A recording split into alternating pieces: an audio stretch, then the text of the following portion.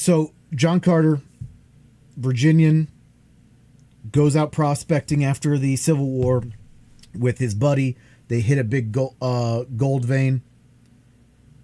Sends his buddy to go get equipment and laborers and not whatnot. And as his buddy's leaving, going down, he sees that there is a Native American war party following him. He kicks his horse into gear and chases them down, and ends up just by sheer surprise getting through and moving out with his buddy's body, but his buddy's already dead. The Native Americans, Indians as he calls them, chase him down, and he gets cornered, but he's zigged when he should have zagged. Goes into a cave, and some kind of vapor comes over him and knocks him out. Native Americans are coming, and they're going to basically just hack up his body because he can't move. But a sound comes from the back, and just they are terrified, and they run off. He has an out-of-body experience where he gets up and he's sitting there naked, looking down at his clothed body. He goes out to look. He sees Mars in the sky, and he is drawn visually and then physically to Mars. He finds himself next to a hatchery. He encounters the Green Martians. He kills a Green Martian. He gets their trappings. The Green Martians end up... he tests his boundaries. He befriends a Woola, which is like a six-legged, tusked dog-type creature. And he has Sola, who's kind of like his protector / guardian / babysitter. The natives, the Tharkians, because they're a crew of green Martians called the Tharks, and they attack a ship fleet from Helium, which, while they still birth from eggs, are more human-like. Human-like in pretty much all respects, except they're reddish. And not like like we call the Native Americans red skin, like red skin. Now they capture somebody who is the princess of the chieftain, the Jeddik of Helium. That is the boss, and his daughter, the Princess of Mars, that's the title, espies John Carter. John Carter espies her. She gives him a sign. He doesn't return it.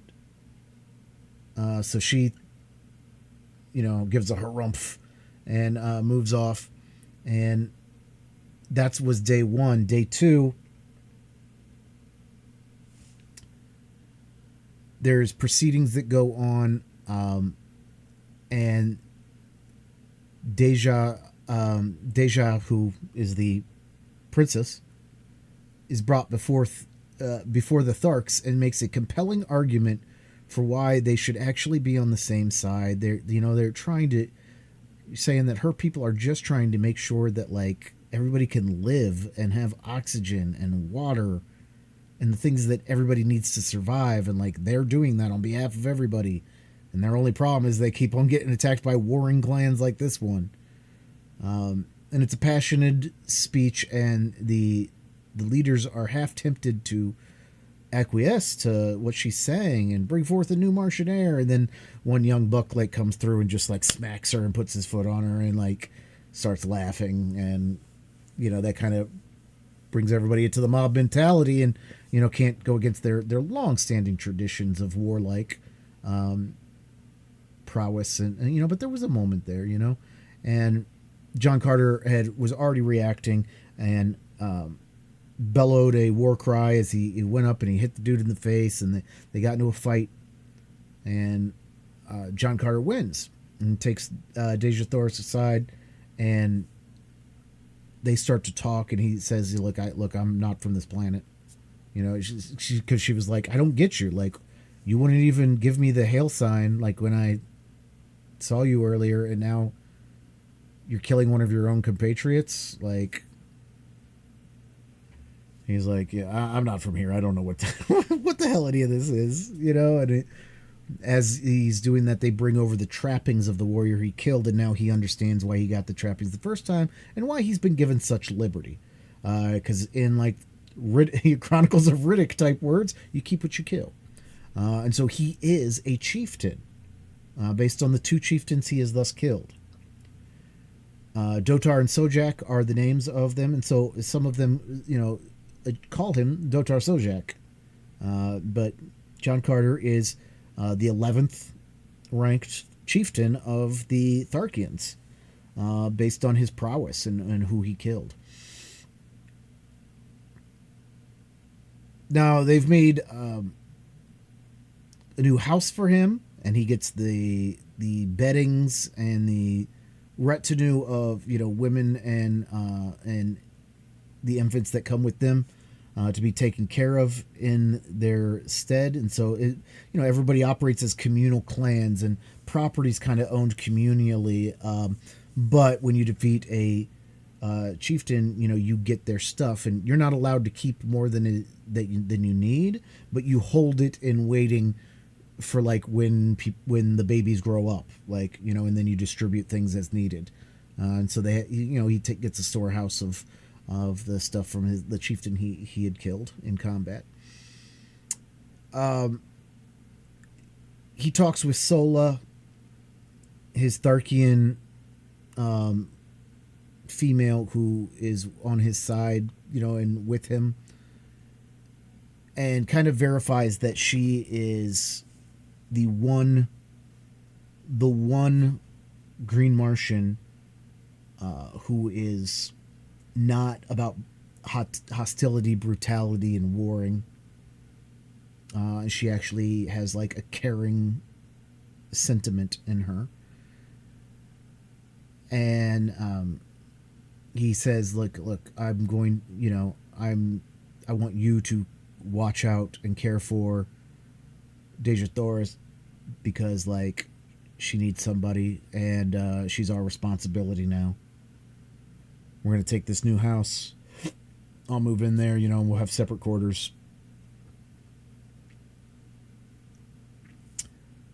He meets with Deja Thoris, and they figure out that there was...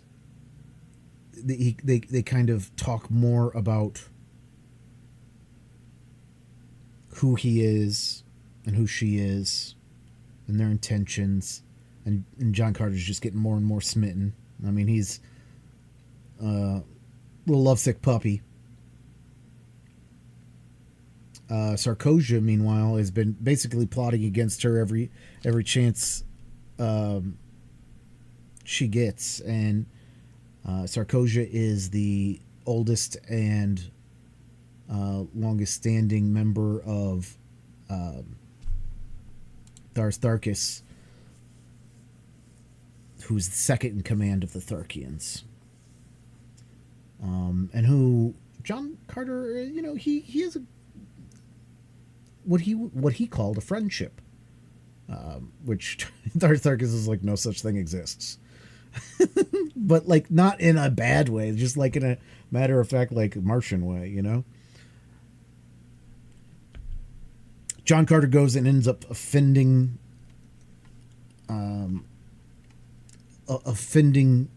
the Princess of Mars once again, and doesn't realize what he's done, and she just will not talk to him now. There's obviously a cultural barrier between the two of them that is kind of keeping them apart. And it he talks to Sola about her, and he talks to Sola about like, hey, we would love to escape. You know, like this is we want to kind of get out of here, because I don't think anything lies ahead of us except death, because of his conversation with Lorcas Tomel and Thars Tharkis. He kind of gets the idea that, like, it's not going to end up well for him but more importantly for Deja Thors. And Sola, he's like, I don't get you. He's like, I understand you have some kind of care for me, and will you help us escape? And she's like, yeah. And it's like, my story's a weird one, if you want to hear about it, come here later on and we'll talk about it. And so he goes and he tells, Sola tells a story about how she was born outside of the normal birthing and egg and community aspect that the Green Martians do. They do not know who their father or their mother is. They're raised communally after the hatching, because they're all born together in batches once a year. It's a 5-year maturity process. So they have a very ritual, very communal, very everything is equal aspect, where she was born to a mother and a father who she knew, who were raising her in secret, though she had never met her father, because her father, before she was hatched, was called away in the name of battle and the clan. And her father said he was going to, and he was just kind of a know-nothing guard when they met. And he said, I'm going to train, I'm going to work my way up, and I'm going to become the Jeddak of, the Tharks and even more, so that we'll be able to, I'm going to rule all the Green Martians so that we can love openly. And he goes off to war. The baby's hatched, raised by mother, told who her father is, but they are discovered, and it's Sarkosia who's the one that discovers them. And the mother basically effects a escape, and while on the run ends up being able to mix her kid in with the other kids. And then while she's being tortured, she says that she did not tell her kid who her father was, and says that she killed her kid rather than have her kid be tortured by them once they were caught. And she will not give up the name of the father. So that secret is, dies with her. But her mother did die of torture. And she says, but I did know my father.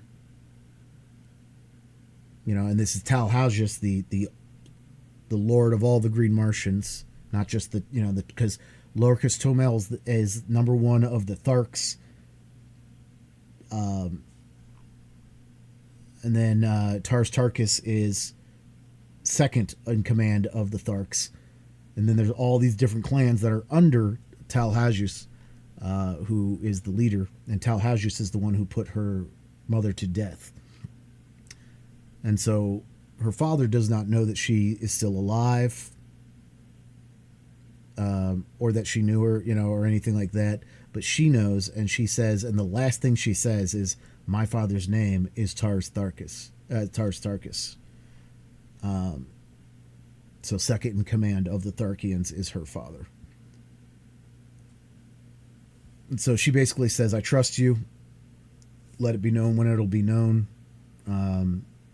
I will help you as I can. And that's where we ended. And that's where we're going to be starting today.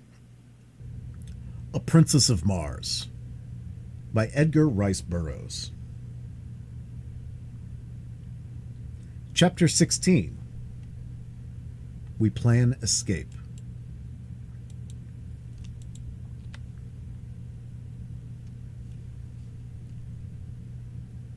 The remainder of our journey to Thark was uneventful. We were 20 days upon the road, crossing 2 sea bottoms and passing through or around a number of ruined cities, mostly smaller than Karad. Twice we crossed the famous Martian waterways, or canals, so called by our earthly astronomers. When we approached these points, a warrior would be sent far ahead with a powerful field glass, and if no great body of red Martian troops was in sight, we would advance as close as possible without chance of being seen, and then camp until dark, when we would slowly approach the cultivated tract and, locating one of the numerous broad highways which cross these areas at regular intervals, creep silently and stealthily across to the arid lands upon the other side. It required 5 hours to make one of these crossings without a single halt, and the other consumed the entire night, so that we were just leaving the confines of the high-walled fields when the sun broke out upon us. Crossing in the darkness, as we did, I was unable to see but little, except as the nearer moon, in her wild and ceaseless hurtling through the Barsoomian heavens, lit up little patches of the landscape from time to time, disclosing walled fields and low, rambling buildings, presenting much the appearance of earthly farms. There were many trees, methodically arranged, and some of them were of enormous height.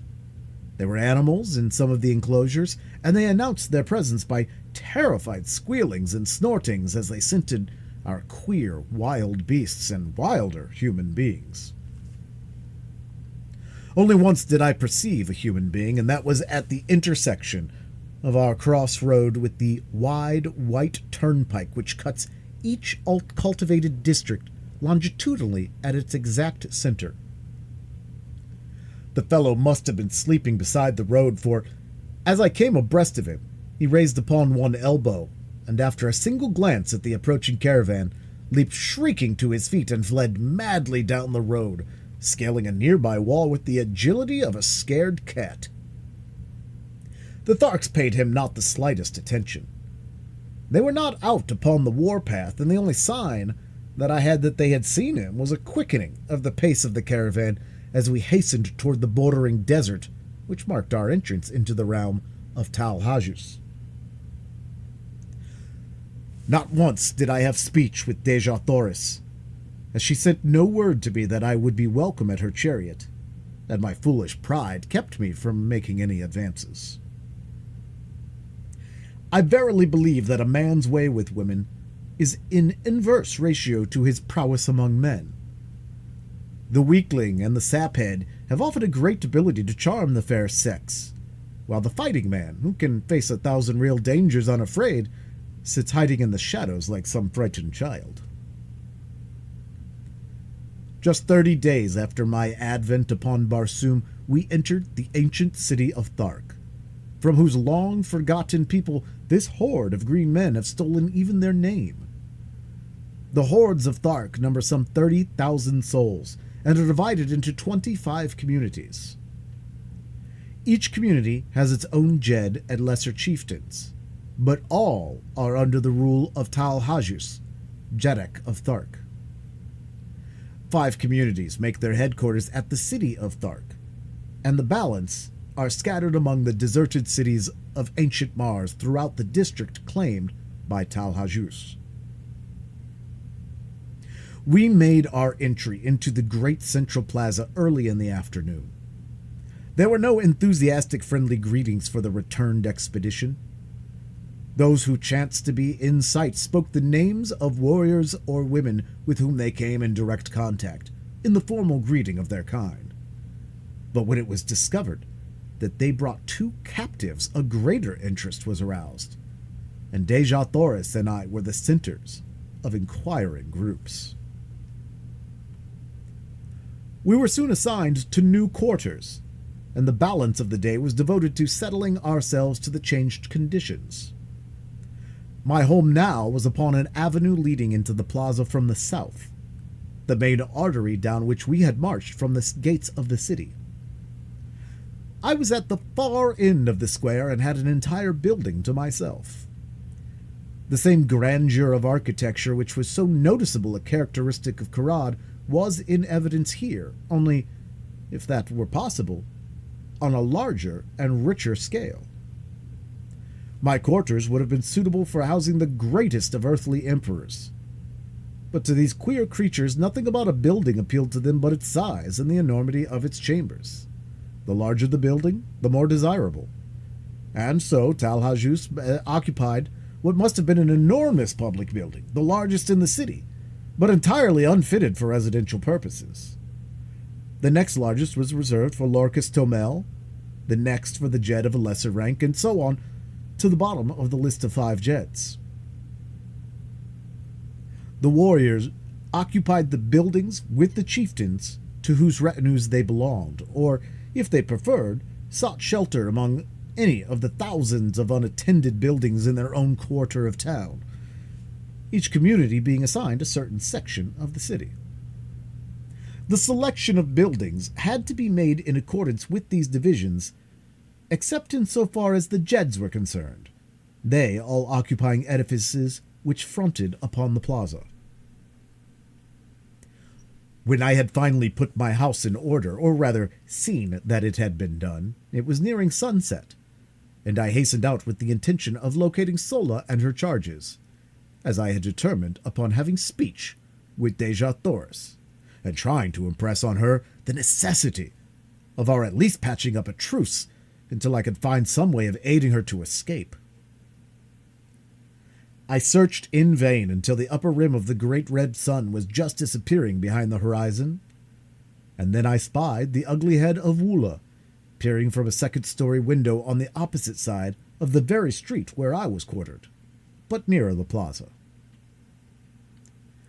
Without waiting for a further invitation, I bolted up the winding runway, which led to the second floor, and entering a great chamber at the front of the building, was greeted by the frenzied Woola, who threw his great carcass upon me, nearly hurling me to the floor. The poor old fellow was so glad to see me that I thought he would devour me, his head split from ear to ear, showing his 3 rows of tusks in his hobgoblin smile.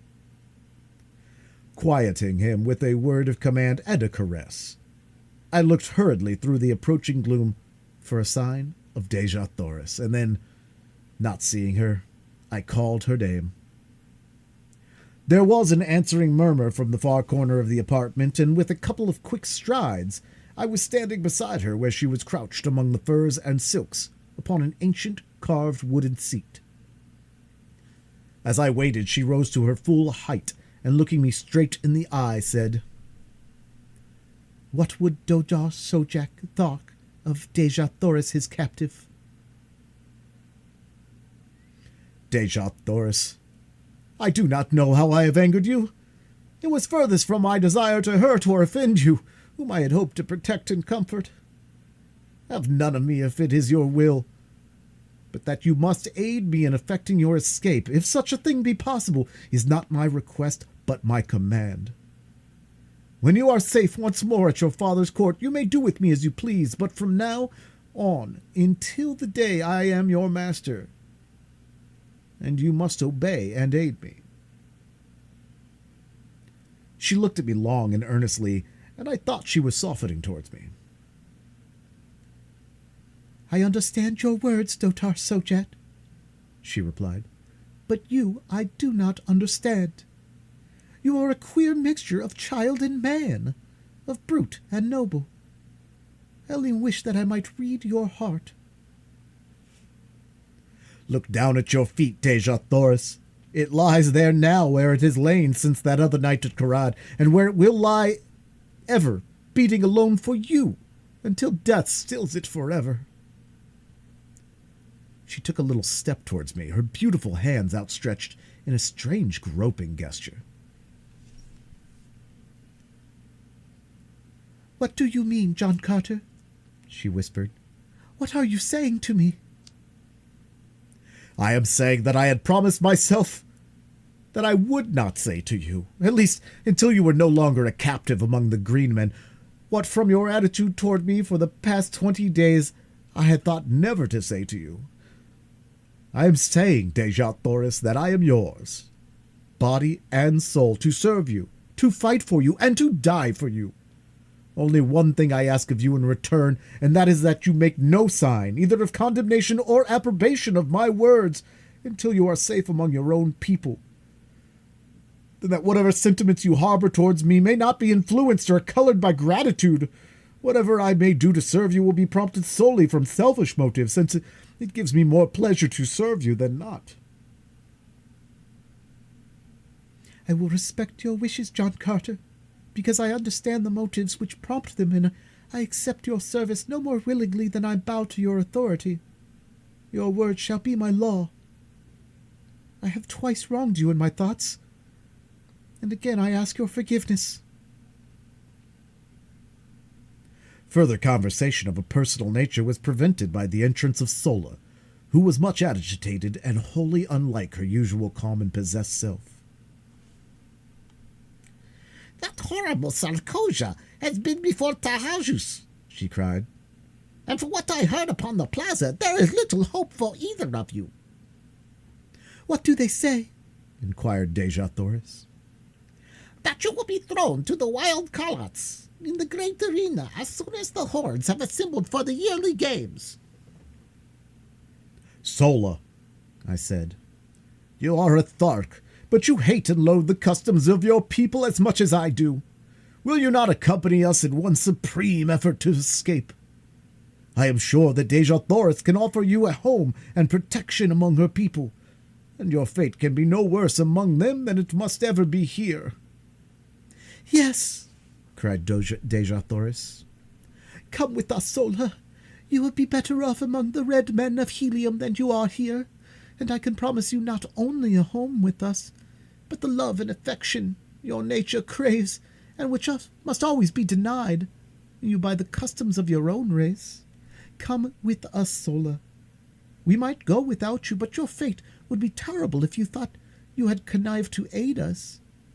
I know that even the fear would not tempt you to interfere in our escape, but we want you with us. We want you to come to a land of sunshine and happiness, amongst a people who know the meaning of love, of sympathy, and of gratitude. Say that you will, Sola. Tell me that you will." "Oh, the great waterway which leads to Helium is but 50 miles to the south," murmured Sola, half to herself. "A swift boat might make it in 3 hours, and then to Helium is 500 miles, most of the way through thinly settled districts. They would know, and they would follow us.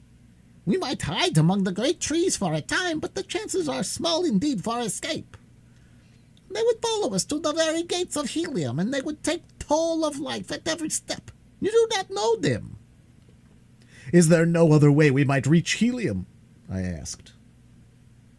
"Can you not draw me a rough map of the country we must traverse, Deja Thoris?" "Yes," she replied, and taking a great diamond from her hair, she drew upon the marble floor the first map of Barsumium territory I had ever seen. It was crisscrossed in every direction with long, straight lines, sometimes running parallel and sometimes converging towards some great circle. The lines, she said, were waterways, the circles, cities, and one far to the northwest of us she pointed out as Helium. There were other cities closer, but she said she feared to enter many of them, as they were not all friendly towards Helium. Finally, after studying the map carefully in the moonlight which now flooded the room, I pointed out a waterway far to the north of us which also seemed to lead to Helium. "Does this not pierce your grandfather's territory?" I asked. "Yes," she answered, "but it is 200 miles north of us, and it is one of the waterways we crossed on the trip to Thark."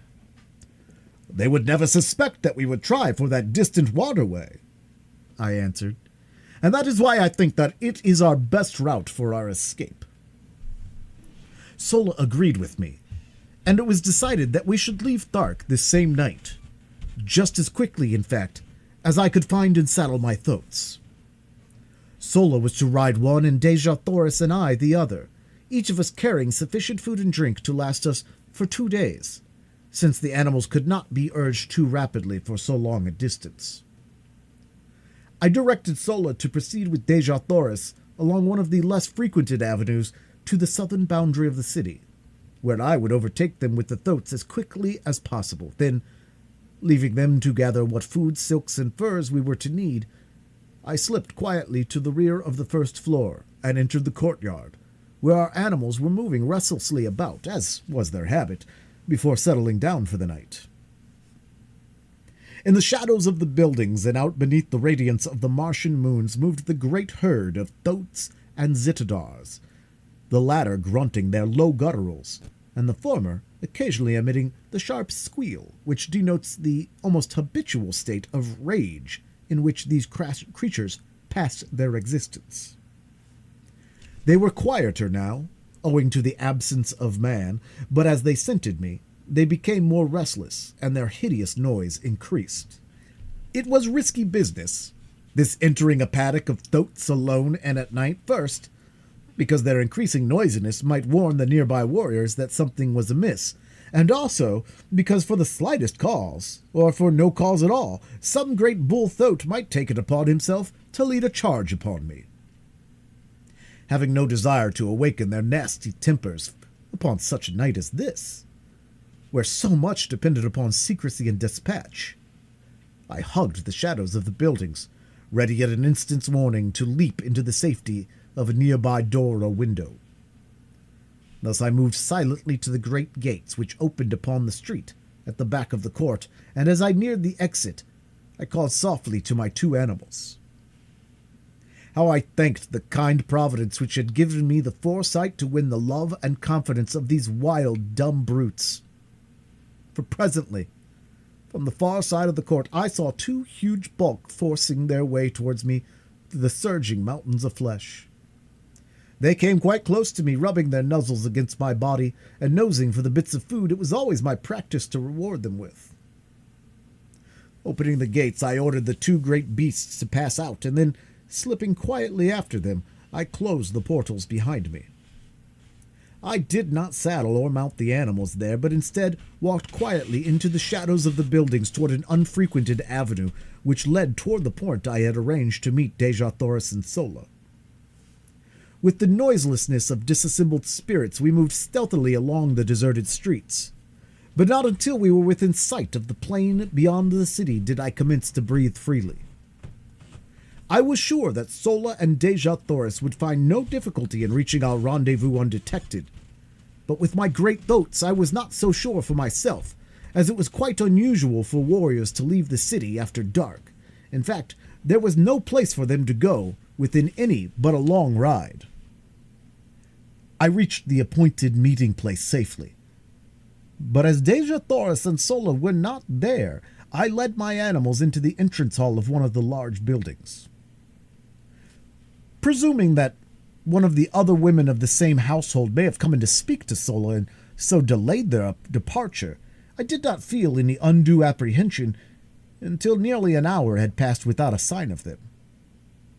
And by the time another half-hour had crawled away, I was becoming filled with grave anxiety.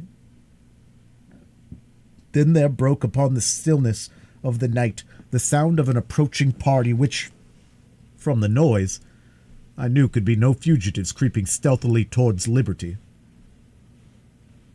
Soon the party was near me, and from the black shadows of my entranceway I perceived a score of mounted warriors who, in passing, dropped a dozen words that fetched my heart clean into the top of my head.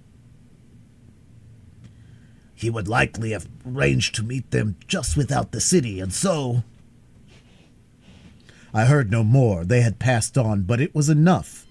Our plan had been discovered, and the chances for escape from now on to the fearful end would be small indeed. My one hope now was to return undetected to the quarters of Deja Thoris and learn what fate had overtaken her. But how to do it with these great monstrous thoats upon my hands, now that the city probably was aroused by the knowledge of my escape, was a problem of no mean proportions. Suddenly, an idea occurred to me, and acting on my knowledge of the construction of the buildings of these ancient Martian cities with a hollow court within the center of each square, I groped my way blindly through the dark chambers, calling the great thoats after me. They had difficulty in negotiating some of the doorways, but as the buildings fronting the city's principal exposures were all designed upon a magnificent scale, they were able to wriggle through without sticking fast, and thus we finally made the inner court, where I found, as I had expected, the usual carpet of moss-like vegetation which would provide their food and drink, until I could return them to their own enclosure.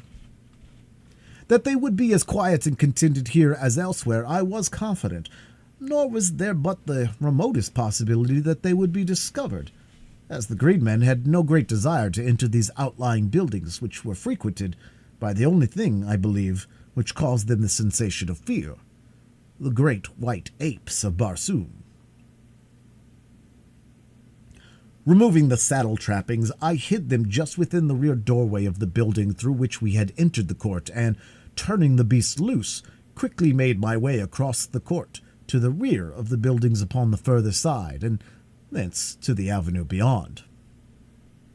Waiting in the doorway of the building until I was assured that no one was approaching, I hurried across to the other side, and through the first doorway to the court beyond, thus crossing through court after court with only the slight chance of detection which the necessary crossing of the avenues entailed. I made my way, in safety, to the courtyard in the rear of Deja Thoris's quarters. Here, of course, I found the beasts of the warriors who quartered in the adjacent buildings. And the warriors themselves I might expect to meet within if I entered, but, fortunately for me, I had another and safer method of reaching the upper story where Deja Thoris should be found, and, after first determining as nearly as possible which of the buildings she occupied, for I had never observed them before from the courtside, I took advantage of my relatively great strength and agility, and sprang upward until I grasped the sill of the second-story window, which I thought to be in the rear of her apartment. Drawing myself inside the room, I moved stealthily towards the front of the building, and not until I had quite reached the doorway of her room was I made aware by voices that it was occupied. I did not rush headlong in, but listened without to assure myself that it was Deja Thoris, and that it was safe to venture within. It was well indeed that I took this precaution, for the conversation I heard was in the low gutturals of men, and the words which finally came to me proved a most timely warning. The speaker was a chieftain, and he was giving orders to 4 of his warriors. "And when he returns to this chamber," he was saying, "as he surely will when he finds she does not meet him at the city's edge, you 4 are to spring upon him and disarm him. It will require the combined strength of all of you to do it if the reports they bring back from Karad are correct. When you have him fast bound, bear him to the vaults beneath the Jedak's quarters, and chain him securely where he may be found when Talhajus wishes him. Allow him to speak with none, nor permit any other to enter this apartment before he comes. There will be no danger of the girl returning, for by this time she is safe in the arms of Talhajus, and may all her ancestors have pity upon her, for Talhajus will have none. The great Sarkosia has done a noble's night's work. I go, and if you fail to capture him when he comes, I commend your carcasses to the cold bosom of Is." End of Chapter 16.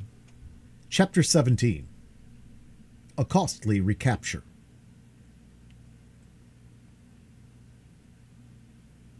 As the speaker ceased, he turned to leave the apartment by the door where I was standing, but I needed to wait no longer. I had heard enough to fill my soul with dread, and, stealing quietly away, I returned to the courtyard by the way I had come.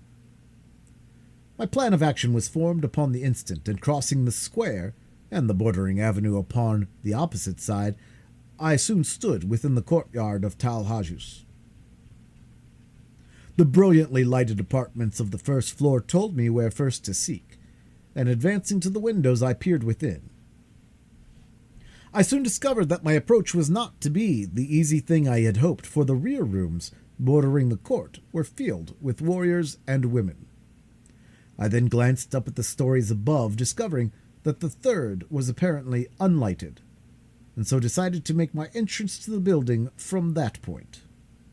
It was the work of but a moment for me to reach the windows above, and soon I had drawn myself within the sheltering shadows of the unlighted third floor.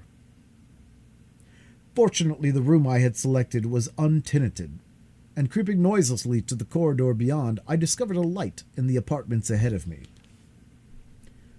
Reaching what appeared to be a doorway, I discovered that it was but an opening upon an immense inner chamber which towered from the first floor, 2 stories below me, to the dome-like roof of the building high above my head. The floor of this great circular hall was thronged with chieftains, warriors and women, and at one end was a great raised platform upon which squatted the most hideous beast I had ever put my eyes upon. He had all the cold, hard, cruel, terrible features of the Green Warriors, but accentuated and debased by the animal passions to which he had given himself over for many years. There was not a mark of dignity or pride upon his bestial countenance, while his enormous bulk spread itself upon the platform where he squatted like some huge devilfish, his 6 limbs accentuating the similarity in a horrible and startling manner. But the sight that froze me with apprehension was that of Dejah Thoris and Sola, standing there before him, and the fiendish leer of him as he let his great protruding eyes gloat upon the lines of her beautiful figure. She was speaking, but I could not hear what she said, nor could I make out the low grumbling of his reply. She stood there erect before him, her head held high, and even at a distance I was from them, I could read the scorn and disgust upon her face as she let her haughty glance rest without sign of fear upon him. She was indeed the proud daughter of 1,000 Jedicks, every inch of her dear, precious little body, so small, so frail beside the towering warriors around her, but in her majesty dwarfing them into insignificance. She was the mightiest figure among them, and I verily believe that they felt it. Presently Talhagius made a sign that the chamber be cleared, and that the prisoners be left alone before him. Slowly the chieftains, the warriors, and the women melted away into the shadows of the surrounding chambers, and Dejah Thoris and Sola stood alone before the Jeddak of the Tharks. One chieftain alone had hesitated before departing.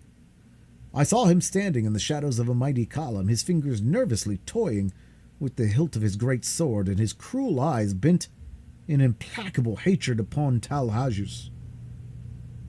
It was Taurus Tharkis, and I could read his thoughts as they were an open book for the undisguised loathing upon his face. He was thinking of that other woman who, 40 years ago, had stood before this beast, and could I have spoken a word into his ear at that moment, the reign of Talhagius would have been over. But finally, he also strode from the room, not knowing that he left his own daughter at the mercy of the creature he most loathed. Talhagius arose, and I, half fearing, half anticipating his intentions, hurried to the winding runway which led to the floors below. No one was near to intercept me, and I reached the main floor of that chamber unobserved. Taking my station in the shadow of the same column that Taurus Tarkus had just deserted, as I reached the floor, Talhagius was speaking.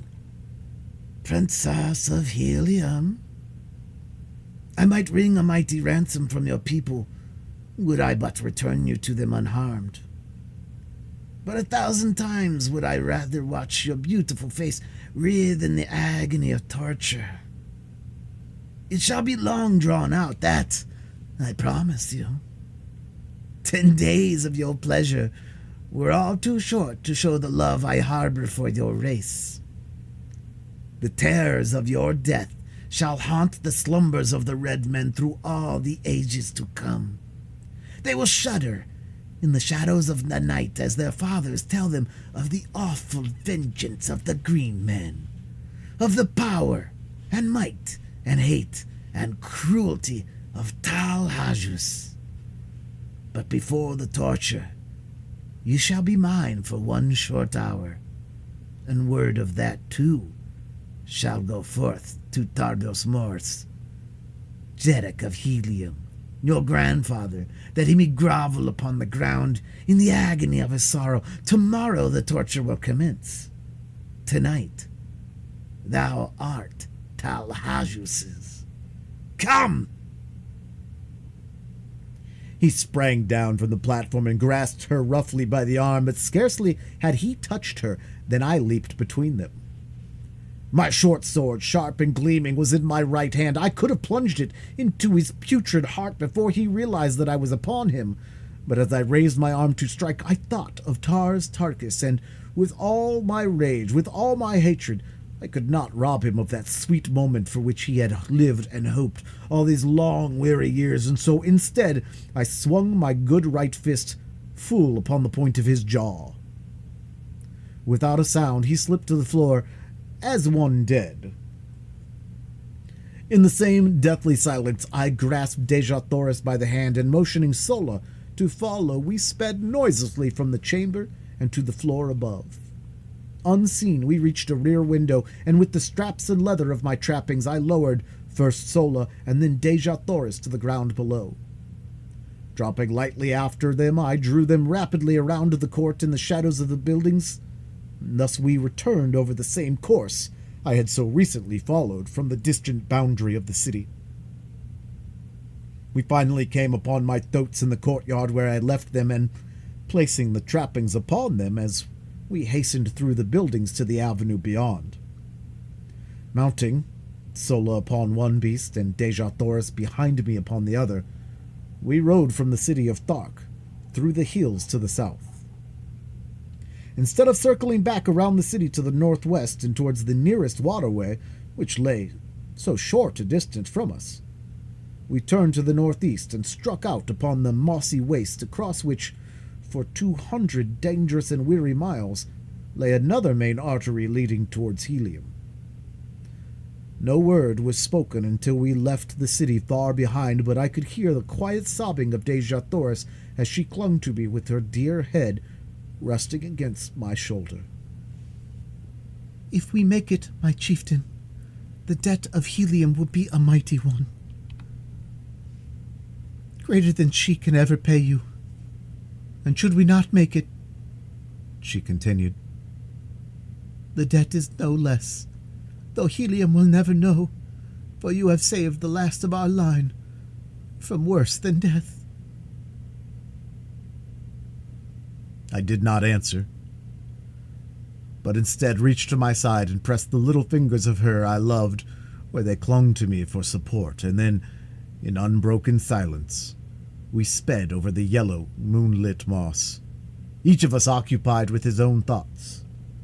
For my part, I could not be other than joyful had I tried, while Deja Thoris's warm body pressed close to mine, and with all our unpassed danger, my heart was singing as gaily as though we were already entering the gates of Helium. Our earlier plans had been so sadly upset that we now find ourselves without food or drink, and I alone was armed.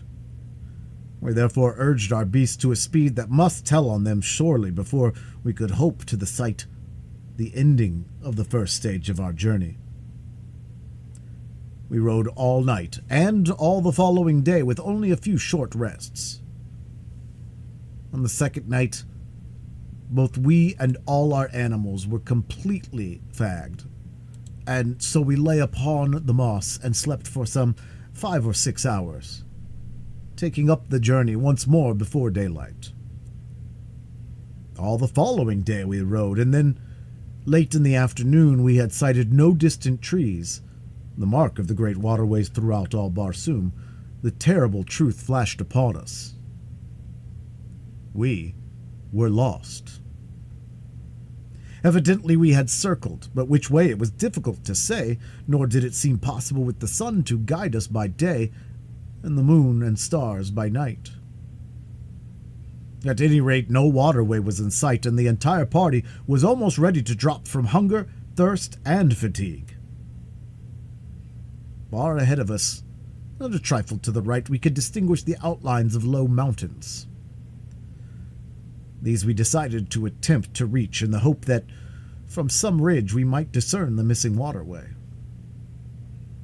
Night fell upon us before we reached our goal, and almost fainting from weariness and weakness, we lay down and slept.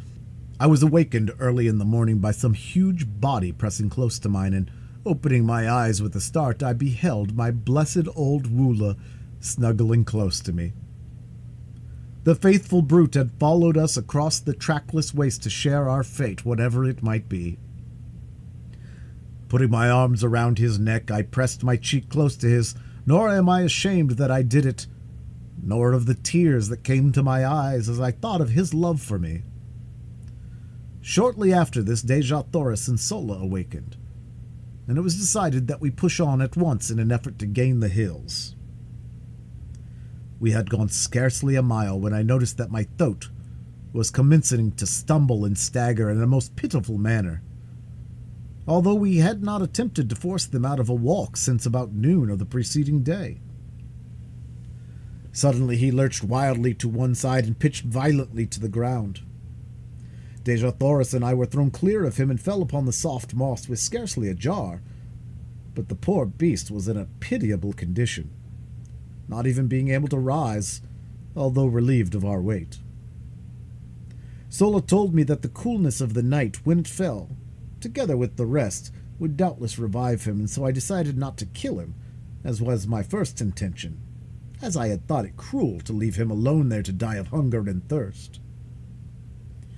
Relieving him of his trappings, which I flung down beside him, we left the poor fellow to his fate, and pushed on with the one thoat as best we could.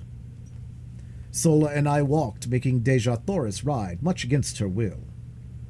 In this way we progressed to within about a mile of the hills we were endeavoring to reach, when Deja Thoris, from her point of vantage upon the thoat, cried out that she saw a great party of mounted men filing down from a pass in the hills several miles away.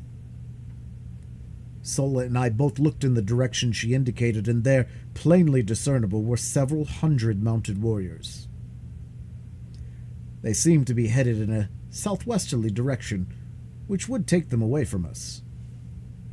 They doubtless were Thark warriors who had been sent out to capture us, and we breathed a great sigh of relief that they were traveling in the opposite direction. Quickly lifting Deja Thoris from the thoat, I commanded the animal to lie down, and we three did the same, presenting as small an object as possible for fear of attracting the attention of the warriors towards us. We could see them as they filed out of the pass just for an instant, before they were lost to view from a friendly ridge. To us, a most providential ridge, since, had they been in view for any great length of time, they scarcely could have failed to discover us. As what proved to be the last warrior came into view from the pass, he halted and, to our consternation, threw his small but powerful field glass to his eye and scanned the sea bottom in all directions.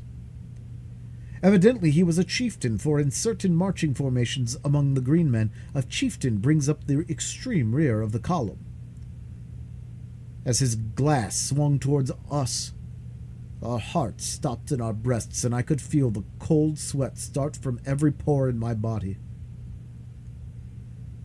Presently it swung full upon us and stopped. The tension on our nerves was near the breaking point, and I doubt if any of us breathed for a few moments. He held us covered by his glass, and then he lowered it, and we could see him shout a command to the warriors who had passed from our sight beyond the ridge. He did not wait for them to join him, however. Instead, he wheeled his thoat and came tearing madly in our direction. There was but one slight chance, and that we must take quickly. Raising my strange Martian rifle to my shoulder, I sighted and touched the button which controlled the trigger. There was a sharp explosion as the missile reached its goal, and the charging thieftain pitched backward from his flying mount. Springing to my feet, I urged the thoat to rise and directed Sola to take Deja Thoris with her upon him and make a mighty effort to reach the hills before the green warriors were upon us. I knew that in the ravines and gullies they might find a temporary hiding place, and even though they died of hunger and thirst, it would be better, so then they fell into the hands of the Tharks. Forcing my 2 revolvers upon them as a means of slight protection, and, as a last resort, as an escape for themselves from the horrid death which recapture would surely mean, I lifted Deja Thoris in my arms and placed her upon the thoat behind Sola, who had already mounted at my command. "Goodbye, my princess," I whispered. "We may meet in Helium yet. I have escaped from worse plights than this." And I tried to smile as I lied. "What?" she cried. Are you not coming with us? How may I, Deja Thoris? Someone must hold these fellows off for a while, and I can better escape them alone than the three of us together. She sprang quickly from the thoat, and throwing her dear arms about my neck, turned to Sola, saying with quiet dignity, Fly, Sola. Deja Thoris remains to die with the man she loves. Those words are engraved upon my heart. Gladly I would have given up my life 1,000 times could I only hear them once again, but I could not then give them even a second to the rapture of her sweet embrace.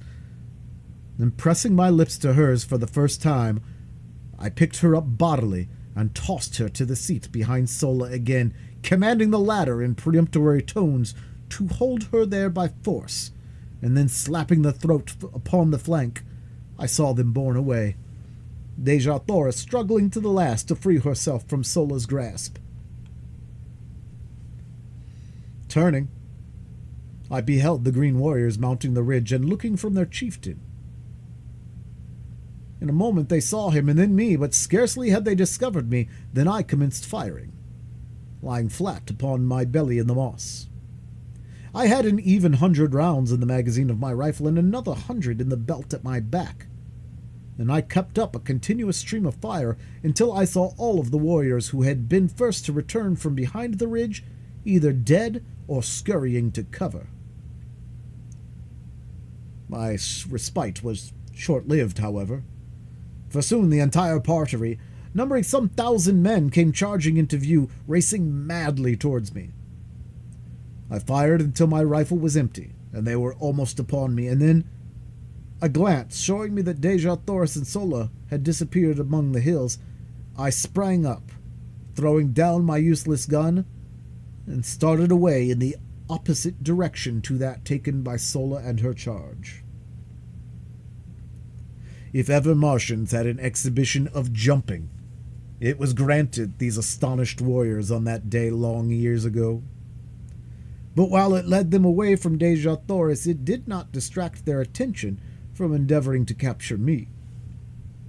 They raced wildly after me, until finally my foot struck a projecting piece of quartz, and down I went sprawling upon the moss. As I looked up, they were upon me, and although I drew my longsword in an attempt to sell my life as dearly as possible, it was soon over.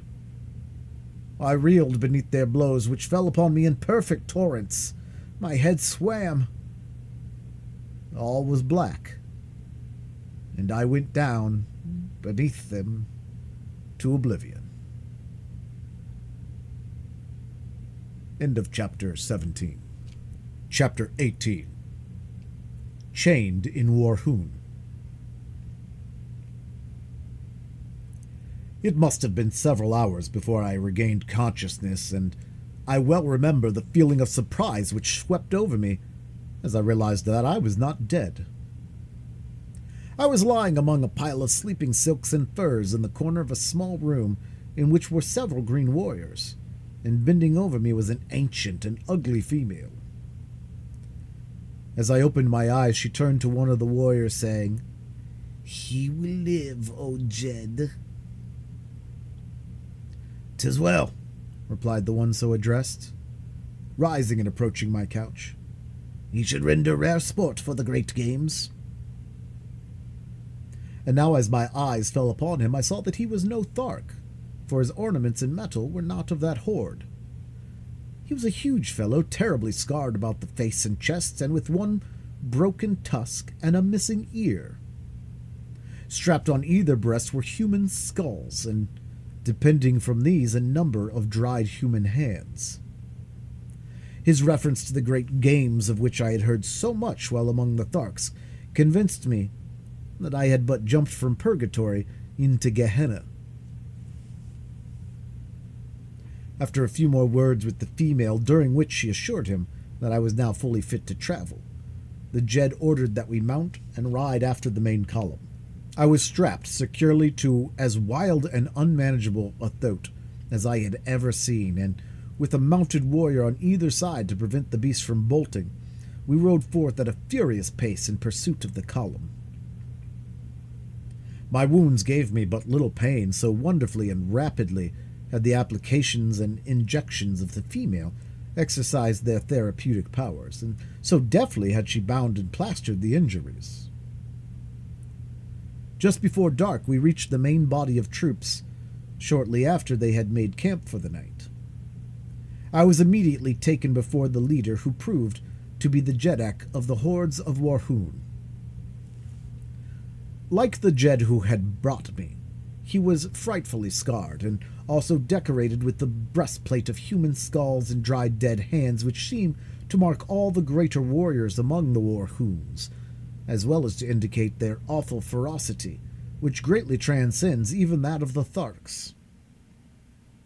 The Jeddak, Bar Comas, who was relatively young, was the object of the fierce and jealous hatred of his old lieutenant, Dak Kova, the Jed who had captured me, and I could not but note the almost studied efforts which the latter made to affront his superior. He entirely omitted the usual formal salutation as we entered the presence of the Jeddak, and he pushed me roughly before the ruler. He exclaimed in a loud and menacing voice, "I have brought a strange creature, wearing the metal of a Thark, whom it is my pleasure to have battle with a wild thoat at the great games." "He will die as Bar Comas, your Jeddak, sees fit, if at all," replied the young ruler, with emphasis and dignity. "If at all," roared Dak Kova. "By the dead hands at my throat he shall die. Bar Comas, no maudlin weakness on your part shall save him. Oh, would that Warhoon were ruled by a real Jeddak, rather than by a water-hearted weakling, from whom even old Dak Kova could tear the metal with his bare hands." Bar Comas eyed the defiant and insubordinate chieftain for an instant, his expression one of haughty, fearless contempt and hate, and then, without drawing a weapon and without uttering a word, he hurled himself at the throat of his defamer. I never before had seen two green Martian warriors battle with nature's weapons, and the exhibition of animal ferocity which ensued was as fearful a thing as the most disordered imagination could picture. They tore at each other's eyes and ears with their hands, and with their gleaming tusks repeatedly slashed and gored until both were cut fairly to ribbons from head to foot. Bar Comas had much the better of the battle, as he was stronger, quicker, and more intelligent.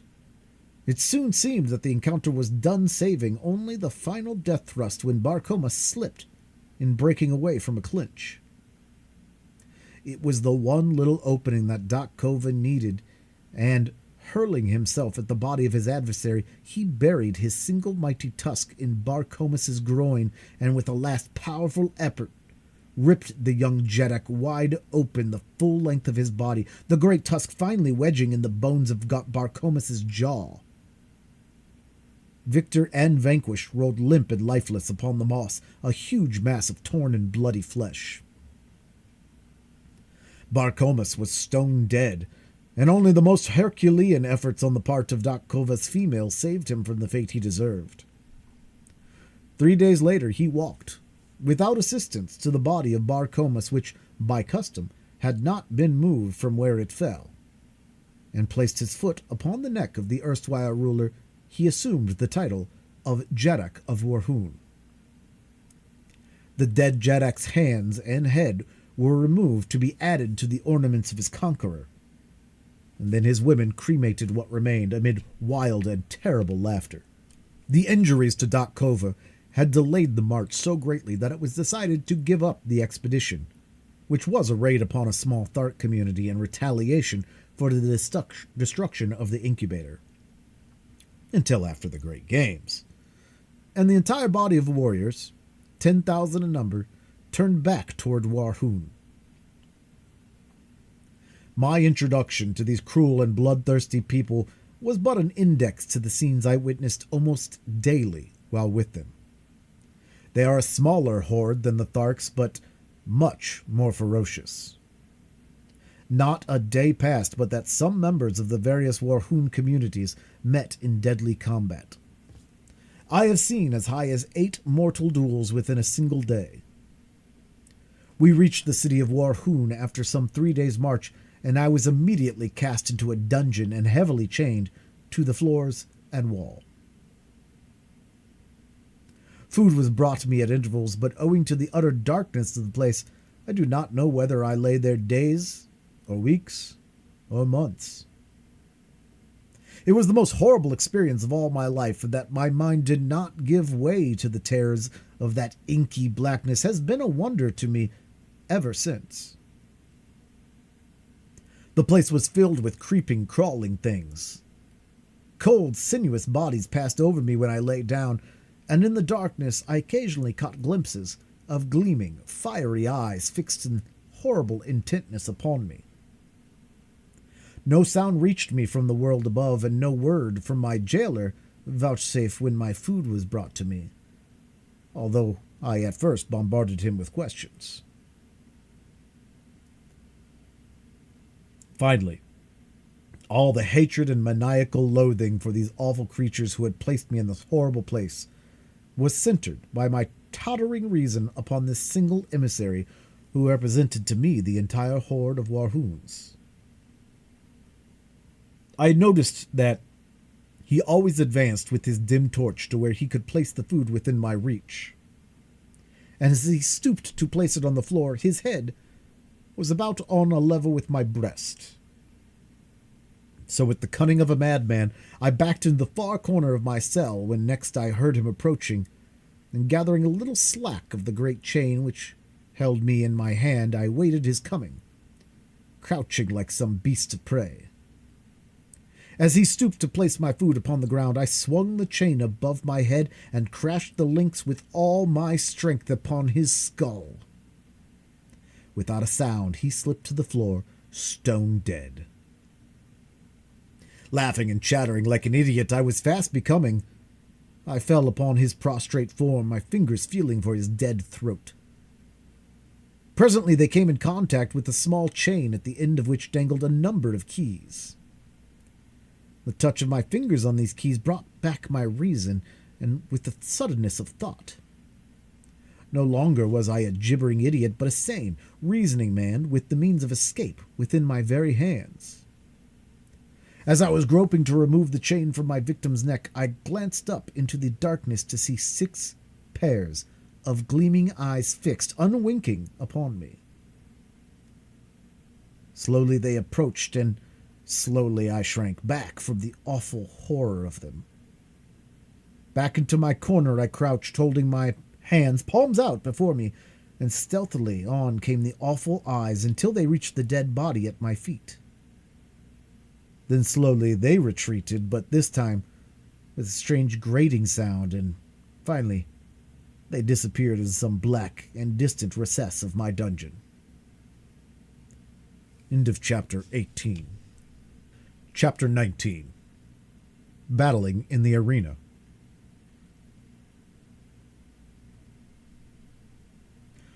Slowly, I regained my composure, and finally essayed again to attempt to remove the keys from the dead body of my former jailer. But as I reached out into the darkness to locate it, I found, to my horror, that it was gone. Then the truth flashed upon me. The owners of those gleaming eyes had dragged my prize away from me to be devoured in their neighboring lair, as they had been waiting for days, for weeks, for months, through all this awful eternity of my imprisonment, to drag my dead carcass to their feast. For 2 days no food was brought me, but then a new messenger appeared, and my incarceration went on as before, but not again did I allow my reason to be submerged by the horror of my position. Shortly after this episode, another prisoner was brought in and chained near me. By the dim torchlight, I saw that he was a red Martian. I could scarcely await the departure of his guards to address him. As the retreating footsteps died away in the distance, I called out softly the Martian word of greeting, Kaor. "Who are you who speaks out of the darkness?" he answered. "John Carter, friend of the Red Men of Helium." "I am of Helium," he said, "but I do not recall your name." And then I told him my story as I have written it here, omitting only any reference to my love for Dejah Thoris. He was much excited by the news of Helium's princess, and seemed quite positive that she and Sola could easily have reached a point of safety from where they left me. He said that he knew the place well because the defile through which the Warhoon warriors had passed when they discovered us was the only one ever used by them when marching to the south. "Dejah Thoris and Sola entered the hills not 5 miles from a great waterway and are now probably quite safe," he assured me. My fellow prisoner was Kantos Khan, a Padwar lieutenant in the navy of Helium. He had been a warrior of the ill-fated expedition which had fallen into the hands of the Tharks at the time of Dejah Thoris's capture, and he briefly related the events which followed the defeat of the battleships.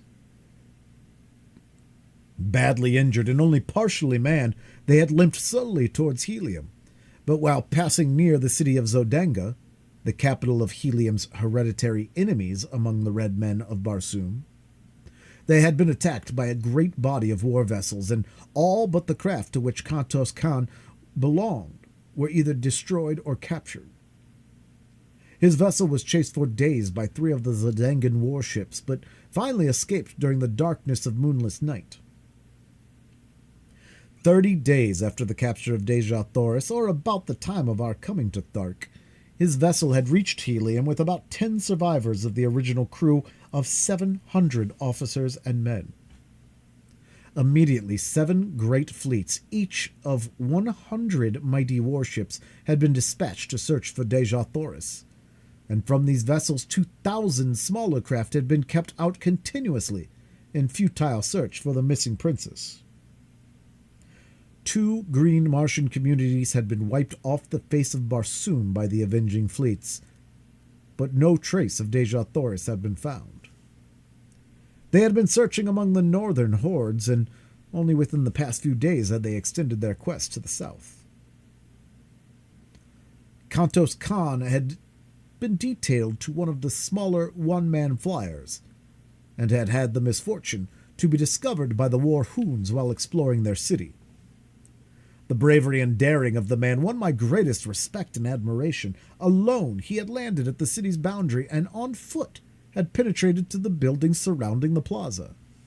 For 2 days and nights he had explored their quarters and their dungeons in search of his beloved princess, only to fall into the hands of a party of Warhoons as he was about to leave, after assuring himself that Dejah Thoris was not a captive there.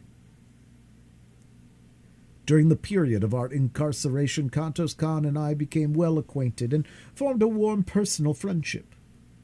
A few days only elapsed, however, before we were dragged forth from our dungeon for the great games. We were conducted early one morning to an enormous amphitheater, which, instead of having been built upon the surface of the ground, was excavated below the surface. It had partially filled with debris, so that how large it had originally been was difficult to say. In its present condition, it held the entire 20,000 Warhoons of the assembled hordes. The arena was immense, but extremely uneven and unkempt. Around it, the Warhoons had piled building stone from some of the ruined edifices of the ancient city to prevent the animals and the captives from escaping into the audience. And at each end had been constructed cages to hold them until their turns came to meet some horrible death upon the arena. Kantos Khan and I were confined together in one of the cages. In the others were wild Kalots, Thoats, mad Zitadars, green warriors, and women of other hordes, and many strange and ferocious wild beasts of Barsoom which I had never before seen. The din of their roaring, growling, and squealing was deafening, and the formidable appearance of any one of them was enough to make the stoutest hearts feel grave forebodings. Kantos Khan explained to me that at the end of the day, one of these prisoners would gain freedom, and the others would lie dead about the arena. The winners in the various contests of the day would be pitted against each other until only two remained alive, the victor in the last encounter being set free, whether animal or man. The following morning, the cages would be filled with a new consignment of victims, and so on throughout the 10 days of the games. Shortly after we had been caged, the amphitheater began to fill, and within an hour, every available part of the seating space was occupied. Doc Kova, with his Jeds and chieftains, sat at the center of one of the arena upon a large raised platform. At a signal from Doc Kova, the doors of the two cages were thrown open, and a dozen green Martian females were driven to the center of the arena. Each was given a dagger, and then at the far end, a pack of 12 kalots, or wild dogs, were loosed upon them. As the brutes, growling and foaming, rushed upon the almost defenseless women, I turned my head that I might not see the horrid sight. The yells and laughters of the green horde bore witness to the excellent quality of the sport, and when I turned back to the arena, as Kantos Khan told me it was over, I saw 3 victorious kalots, snarling and growling over the bodies of their prey. The women had given a good account of themselves. Next, a mad Zitatar was loosed among the remaining dogs, and so it went throughout the long, hot, horrible day. During the day, I was pitted against first men and then beasts, but as I was armed with a longsword and always outclassed my adversary in agility, and generally in strength as well, it proved but child's play to me. Time and time again, I won the applause of the bloodthirsty multitude, and toward the end there were cries that I be taken from the arena and be made a member of the hordes of Warhoon. Finally, there were but 3 of us left, a great green warrior of some far northern horde, Kantos Khan, and myself. The other 2 were to battle, and then I to fight the conqueror for the liberty which was accorded the final winner. Kantos Khan had fought several times during the day, and like myself, had always proven victorious, but occasionally by the smallest of margins, especially when pitted against the Green Warriors. I had little hope that he could best his giant adversary, who had mowed down all before him during the day. The fellow towered nearly 16 feet in height, while Kantos Khan was some inches under 6 feet. As they advanced to meet one another, I saw for the first time a trick of Martian swordsmanship which centered Kantos Khan's every hope of victory and life on one cast of the dice, for, as he came to within about 20 feet of the huge fellow, he threw his sword arm far behind him over his shoulder. As they advanced to meet one another, I saw for the first time a trick of Martian swordsmanship which centered Kantos Khan's every hope of victory and life on one cast of the device, for, as he came to within about 20 feet of the huge fellow, he threw his sword arm far behind him over his shoulder, and with a mighty sweep hurled his weapon point foremost at the green warrior. It flew true as an arrow, and piercing the poor devil's heart, laid him dead upon the arena. Kantos Khan and I were now pitted against each other, but as we approached the encounter, I whispered him to prolong the battle until nearly dark, in the hope that we might find some means of escape. The horde evidently guessed that we had no hearts to fight each other, and so they howled in rage as neither of us placed a fatal thrust. Just as I saw the coming of dark, I whispered to Kantos Khan to thrust his sword between my left arm and my body. As he did so, I staggered back, clasping the sword tightly with my arm, and thus fell to the ground with his weapon apparently protruding from my chest. Kantos Khan perceived my coup, and stepping quickly to my side, he placed his foot upon my neck, and withdrawing the sword from my body, gave me the final death blow through the neck, which is supposed to sever the jugular vein, but in this instance the cold blade slipped harmlessly into the sand of the arena. In the darkness which had now fallen, none could tell but that he had really finished me. I whispered to him to go and claim his freedom, and then look for me in the hills east of the city. and so he left me. When the amphitheater had cleared, I crept stealthily to the top, and as the great excavation lay far from the plaza and an untenanted portion of the great dead city, I had little trouble in reaching the hills beyond. End of Chapter 19. Chapter 20. In the Atmosphere Factory. For 2 days I had waited there for Kantos Khan, but as he did not come, I started off on foot in a northwesterly direction towards a point where he had told me lay the nearest waterway. My only food consisted of vegetable milk from the plants which gave so bounteously of this priceless fluid. Through 2 long weeks I wandered, stumbling through the nights guided only by the stars and hiding during the days behind some protruding rock or amongst the occasional hills I traversed. Several times I was attacked by wild beasts, strange, uncouth monstrosities that leaped upon me in the dark, so that I had ever to grasp my long sword in my hand and that I might be ready for them. Usually my strange, newly acquired telepathic power warned me in ample time, but once I was thrown down with vicious fangs at my jugular and a hairy face pressed close to mine before I knew that I was even threatened. What manner of thing was upon me I did not know, but that it was large and heavy and many-legged I could feel. My hands were at its throat before the fangs had a chance to bury themselves in my neck, and slowly I forced the hairy face from me and closed my fingers vice-like upon its windpipe. Without sound we lay there, the beast exerting every effort to reach me with those awful fangs, and I straining to maintain my grip and choke the life from it as I kept it from my throat. Slowly my arms gave to the unequal struggle, and inch by inch the burning eyes and gleaming tusks of my antagonist crept toward me until, as the hairy face touched mine again, I realized that all was over. And then a living mass of destruction sprang from the surrounding darkness full upon the creature that had me pinioned to the ground. The two rolled, growling upon the moss, tearing and rending one another in a frightful manner, but it was soon over, and my preserver stood with lowered head upon the throat of the dead thing which would have killed me. The nearer moon, hurtling suddenly above the horizon and lighting up the Barsoomian scene, showed me that my preserver was Woola. But from whence he had come, or how he found me, I was at a loss to know.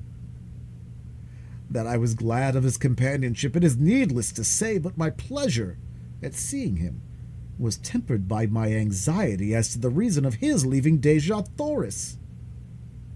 Only her death, I felt sure, could account for his absence from her, so faithful I knew him to be to my commands. By the light of the now brilliant moons, I saw that he was but a shadow of his former self, and as he turned from my caress and commenced greedily to devour the dead carcass at my feet, I realized that the poor fellow was more than half-starved. I myself was in but little better plight, but I could not bring myself to eat the uncooked flesh, and I had no means of making a fire. When Woola had finished his meal, I again took up my weary and seemingly endless wandering in quest of the elusive waterway. At daybreak of the 15th day of my search, I was overjoyed to see the high trees that denoted the object of my search. About noon I dragged myself wearily to the portals of the huge building, which covered perhaps 4 square miles and towered 200 feet in the air. It showed no aperture in the mighty walls other than the tiny door at which I sank exhausted. Nor was there any sign of life about it. I could find no bell or other method of making my presence known to the inmates of the place, unless a small round hole in the wall near the door was for that purpose.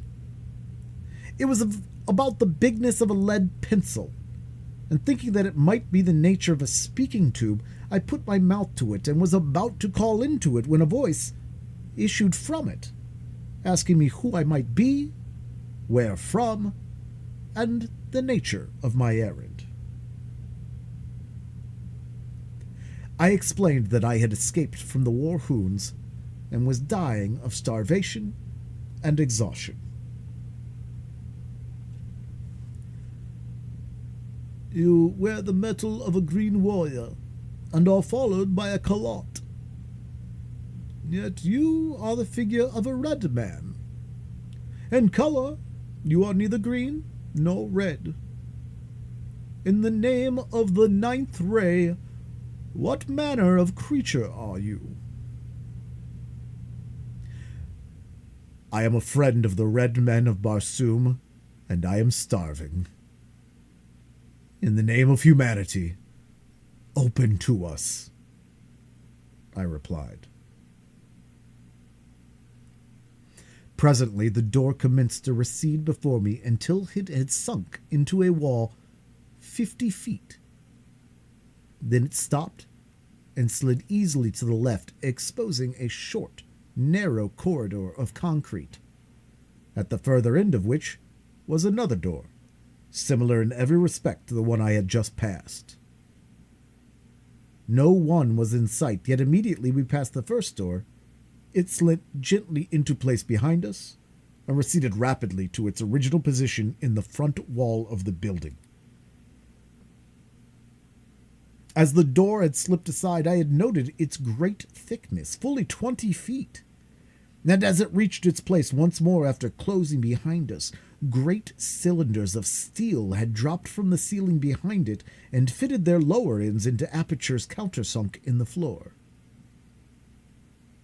A second and third door receded before me and slipped to one side as the first, before I reached a large inner chamber where I found food and drink set out upon a great stone table. A voice directed me to satisfy my hunger and to feed my calotte, and while I was thus engaged, my invisible host put me through a severe and searching cross-examination. "Your statements are most remarkable," said the voice, on concluding its questioning. "But you are evidently speaking the truth, and it is equally evident that you are not of Barsoom. I can tell by the conformation of your brain, and the strange location of your internal organs, and the shape and size of your heart." "Can you see through me?" I exclaimed. "Yes, I can see all but your thoughts, and were you a Barsoomium, I could read those." Then a door opened at the far side of the chamber, and a strange, dried-up little mummy of a man came toward me. He wore but a single article of clothing or adornment, a small collar of gold, from which depended upon his chest a great ornament as large as a dinner plate, set solid with huge diamonds, except for the exact center which occupied a strange stone, an inch in diameter, that scintillated 9 different and distinct rays, the 7 colors of our earthly prism, and 2 beautiful rays which, to me, were new and nameless. I cannot describe them any more than you could describe red to a blind man. I only know that they were beautiful in the extreme. The old man sat and talked with me for hours, and the strangest part of our intercourse was that I could read his every thought, while he could not fathom an iota from my mind unless I spoke. I did not apprise him of my ability to sense his mental operations, and thus I learned a great deal which proved of immense value to me later, and which I would never have known had he suspected my strange power. For the Martians have such perfect control of their mental machinery that they are able to direct their thoughts with absolute precision. The building in which I found myself contained the machinery which produces that artificial atmosphere which sustains life on Mars. The secret of the entire process hinges on the use of the 9th ray, one of the beautiful scintillations which I had noted emanating from the great stone in my host's diadem. This ray is separated from the other rays of the sun by means of finely adjusted instruments placed upon the roof of the huge building, 3/4 of which is used for reservoirs in which the ninth ray is stored. This product is then treated electrically, or rather, certain proportions of refined electric vibrations are incorporated with it, and the result is then pumped to the 5 principal air centers of the planet where, as it is released, contact with the ether of space transforms it into atmosphere.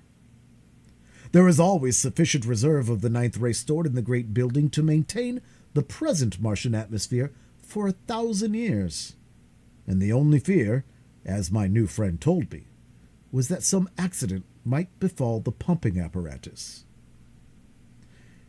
He led me to an inner chamber where I beheld a battery of 20 radium pumps, any one of which was equal to the task of furnishing all Mars with the atmosphere compound.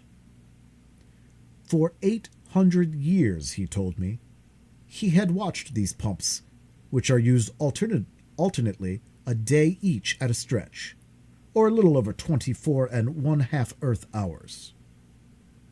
He has one assistant who divides the watch with him. Half a Martian year, about 344 of our days, each of these men spend alone in this huge, isolated plant. Every red Martian is taught during earliest childhood the principles of the manufacture of atmosphere, but only 2 at one time ever hold the secret of ingress to the great building, which, built as it is with walls 150 feet thick, is absolutely unassailable, even the roof being guarded from assault by aircraft by a glass covering 5 feet thick. They only fear the entertain of attack. Back up, sorry.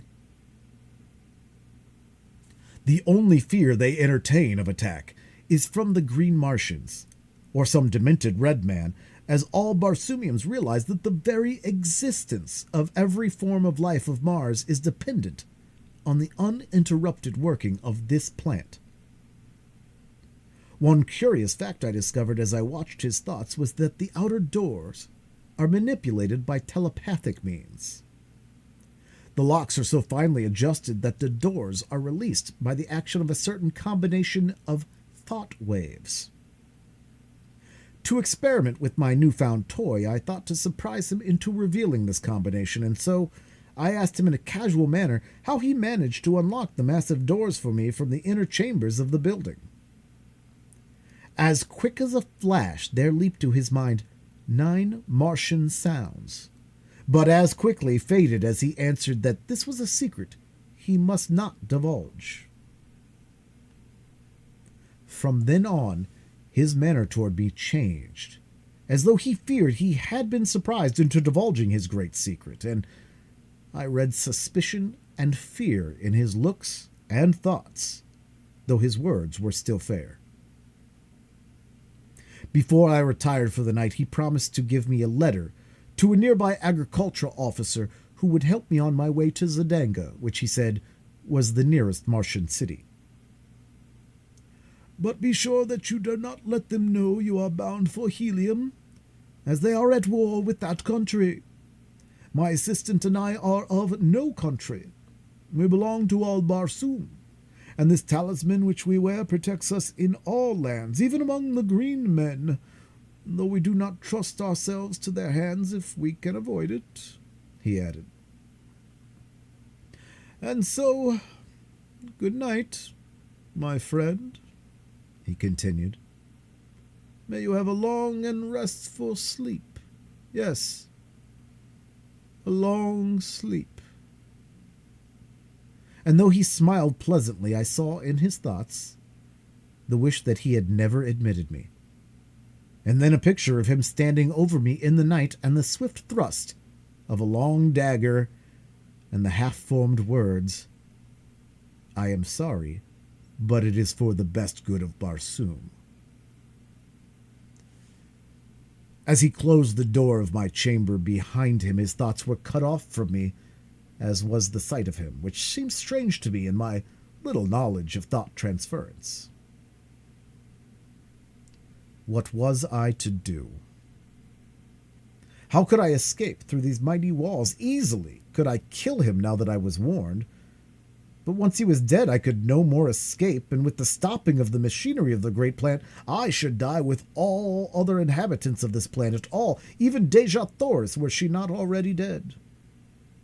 For the others I did not give the snap of my finger, but the thought of Deja Thors drove from my mind all desire to kill my mistaken host. Cautiously I opened the door of my apartment and, followed by Woola, sought the inner of the great doors. A wild scheme had come to me. I would attempt to force the great locks by the 9 thought waves I had read in my host's mind. Creeping stealthily through corridor after corridor and down winding runways which turned hither and thither, I finally reached the great hall in which I had broken my long fast that morning. Nowhere had I seen my host, nor did I know where he kept himself by night. I was on the point of stepping boldly out into the room when a slight noise behind me warned me back into the shadows of a recess in the corridor. Dragging Woola after me, I crouched low in the darkness.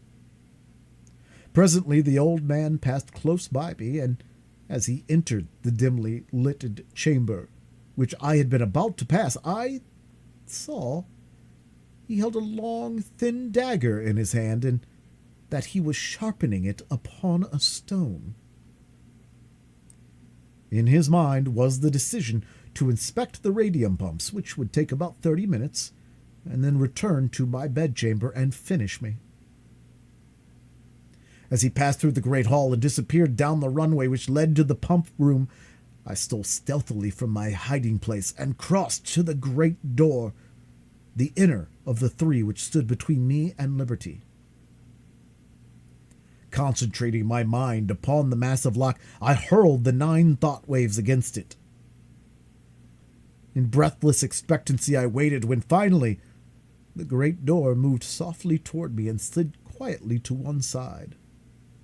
One after the other, the remaining mighty portals opened at my command, and Woola and I stepped forward into the darkness, free, but little better off than we had been before, other than that we had full stomachs. Hastening from the shadows of the formidable pile I had made for the first crossroad, intending to strike the central turnpike as quickly as possible.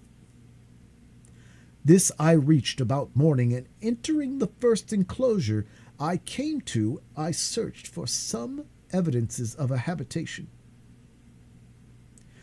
There were low rambling buildings of concretes barred with heavy, impassable doors, and no amount of hammering and hallooing brought any response. Wearied and exhausted from sleeplessness, I threw myself upon the ground, commanding Woola to stand guard. Some time later I was awakened by his frightful growlings, and opened my eyes to see 3 red Martians standing a short distance from us and covering me with their rifles. "I am unarmed and no enemy," I hastened to explain. "I have been a prisoner among the green men and on my way to Zodanga. All I ask is food and rest for myself and my kalat, and the proper directions for reaching my destination." They lowered their rifles and advanced pleasantly toward me, placing their right hands upon my left shoulder after the manner of their custom of salute, and asking me many questions about myself and my wanderings. They then took me to the house of one of them, which was only a short distance away. The buildings I had been hammering at in the early morning were occupied only by stock and farm produce, the house proper standing among a grove of enormous trees, and, like all red Martian homes, had been raised at night some 40 or 50 feet from the ground on a large round metal shaft which slid up or down within a sleeve sunk in the ground, and was operated by a tiny radium engine in the entrance hall of the building. Instead of bothering with bolts and bars for their dwellings, the red Martians simply run them up out of harm's way during the night. They also have private means for lowering or raising them from the ground without, if they wish to go away and leave them. These brothers, with their wives and children, occupied 3 similar houses on this farm. They did no work for themselves, being government officers in charge. Their labor was performed by convicts, prisoners of war, delinquent debtors, and confirmed bachelors who were too poor to pay the high celibate tax which all Red Martian governments impose. They were the personification of cordiality and hospitality, and I spent several days with them, resting and recuperating from my long and arduous experiences. When they had heard my story, I omitted all reference to Deja Thoris and the old man of the atmosphere plant. They advised me to color my body to more nearly resemble their own race, and then attempt to find employment in Zodanga, either in the army or the navy. The chances are small that your tale will be believed until after you have proven your trustworthiness and won friends among the higher nobles of the court. This you can most easily do through military service, as we are a warlike people on Barsoom, explained one of them, and save our richest favors for the fighting man. When I was ready to depart, they furnished me with a small domestic bull-thoat, such as is used for saddle purposes by all Red Martians. The animal is about the size of a horse and quite gentile, but in color and shape an exact replica of his huge and fierce cousin of the wilds. The brothers had supplied me with a reddish oil with which I anointed my entire body, and one of them cut my hair, which had grown quite long, in the prevailing fashion of the time, square at the back and banged in the front, so that I may have passed anywhere upon Barsoom as a full-fledged Red Martian. My metal and ornaments were also renewed in the style of a Zedangan gentleman, attached to the house of Tor, which was the family name of my benefactors. They filled a little sack at my side with Zodangan money. The medium of exchange upon Mars is not dissimilar from our own, except that the coins are oval. Paper money is issued by individuals as they require it, and redeemed twice yearly. If a man issues more than he can redeem, the government pays his creditors in full, and the debtor works out the amount upon the farms or in the mines, which are all owned by the government. This suits everybody except the debtor, and it has been a difficult thing to obtain sufficient voluntary labor to work the great isolated farmlands of Mars, stretching as they do like narrow ribbons from pole to pole through wild stretches peopled by wild animals and wilder men. When I mentioned my inability to repay them for the kindness, they assured me that I would have ample opportunity if I lived long upon Barsoom, and bidding me farewell, they watched me until I was out of sight upon the broad white turnpike. End of Chapter 20. Chapter 21. As I proceeded on my journey from Zodanga, many strange and interesting sights arrested my attention, and at the several farmhouses where I stopped, I learned a number of new and instructive things concerning the methods and manners of Barsoom. The water which supplies the farms of Mars is collected in immense underground reservoirs at either pole from the melting ice caps, and pumped through long conduits to the various populated centers. Along either sides of these conduits, and extending their entire length, lie the cultivated districts. These are divided into tracts of about the same size, each tract being under the supervision of one or more government officers. Instead of flooding the surface of the fields and thus wasting immense quantities of water by evaporation, the precious liquid is carried underground through a vast network of small pipes directly to the roots of the vegetation. The crops upon Mars are always uniform, for there are no droughts, no rains, no high winds, and no insects or destroying birds. On this trip I tasted the first meat I had eaten since leaving Earth. Large, juicy steaks and chops from the well-fed domestic animals of the farms. Also, I enjoyed luscious fruit and vegetables, but not a single article of food which was exactly similar to anything on Earth. Every plant and flower and vegetable and animal has been so refined by ages of careful scientific cultivation and breeding that the like of them on earth dwindled into pale, gray, characterless nothingness by comparison.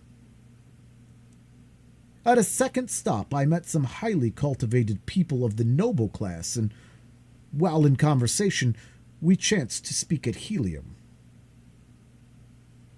One of the older men had been there on a diplomatic mission several years before and spoke with regret of the conditions which seemed destined ever to keep these two countries at war. Helium, he said, rightly boasts the most beautiful women of Barsoom, and of all of her treasures the most wonderful daughter of Mors Kajak. Deja Thoris is the most exquisite flower. Why, he added, the people really worship the ground she walks upon, and since her loss on that ill-starred expedition, all Helium has been draped in mourning. That our ruler should have attacked the disabled fleet as it was returning to Helium was but another of his awful blunders, which I fear will sooner or later compel Zedanga to elevate a wiser man to his place. Even now, though our victorious armies are surrounding Helium, the people of our Zedanga are voicing their displeasure, for the war is not a popular one, since it is not based on right or justice. Our forces took advantage of the absence of the principal fleet of Helium on their search for the princess, and so we have been able to easily reduce the city to a sorry plight. It is said she will fall within the next few passages of the further moon. And what, think you, may have been the fate of the princess, Deja Thoris? I asked as casually as possible. She is dead, he answered.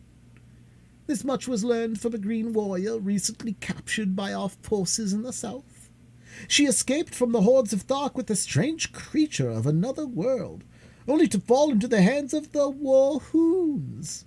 Their throats were found wandering upon the sea bottom, and evidences of a bloody conflict were discovered nearby.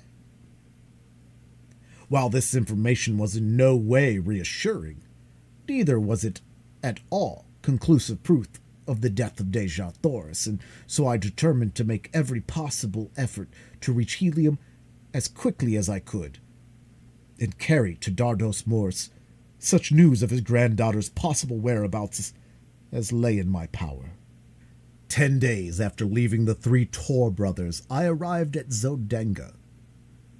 From the moment that I had come in contact with the red inhabitants of Mars, I had noticed that Woola drew a great amount of unwelcome attention to me, since the huge brute belonged to a species which is never domesticated by the red men. Were one to stroll down Broadway with a Numidian lion at his heels, the effect would be somewhat similar to that which I should have produced had I entered Zodanga with Woola.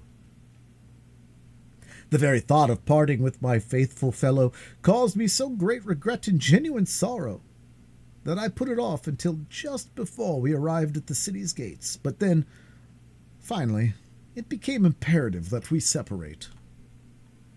Had nothing further than my own safety or pleasure been at stake, no argument could have prevailed upon me to turn away from the one creature upon Barsoom that had never failed in a demonstration of affection or loyalty.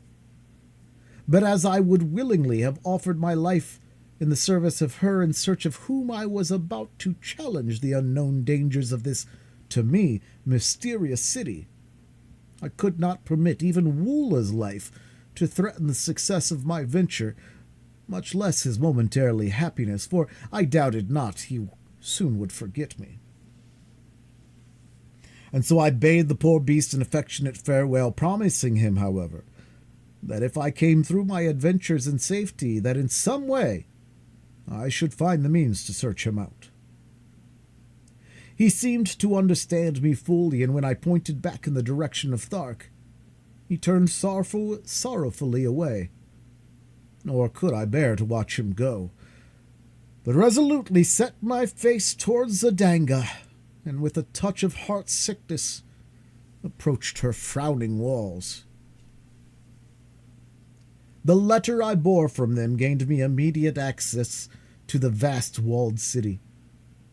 It was still very early in the morning, and the streets were practically deserted. The residences, raised high upon their metal columns, resembled huge rookeries, while the uprights themselves presented the appearance of steel tree trunks. The shops, as a rule, were not raised from the ground, nor were their doors bolted or barred, since thievery is practically unknown upon Barsoom.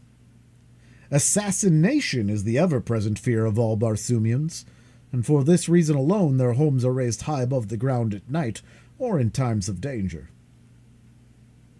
The Tor brothers had given me explicit directions for reaching the point of the city where I could find living accommodations and be near the offices of the government agents to whom they had given me letters. My way led to the central square or plaza, which is characteristic of all Martian cities. The plaza of Zodanga covers a square mile and is bounded by the palaces of the Jedak, the Jeds, and other members of the royalty and nobility of Zodanga, as well as by the principal public buildings, cafes, and shops. As I was crossing the great square, lost in wonder and admiration of the magnificent architecture and the gorgeous scarlet vegetation which carpeted the broad lawns, I discovered a red Martian walking briskly toward me from one of the avenues. He paid not the slightest attention to me, but as he came abreast I recognized him, and turning, I placed my hand upon his shoulder, calling out, "Kayor, Kantos Khan!" Like lightning he wheeled, and before I could so much as lower my hand, the point of his longsword was at my breast. "Who are you?" he growled, and then as a backward leap carried me 50 feet from his sword, he dropped the point to the ground and exclaimed, laughing, "I do not need a better reply. There is but one man on all Barsoom who can bounce about like a rubber ball. By the mother of the further moon, John Carter, how came you here? And have you become a Darseen that you can change your color at will?"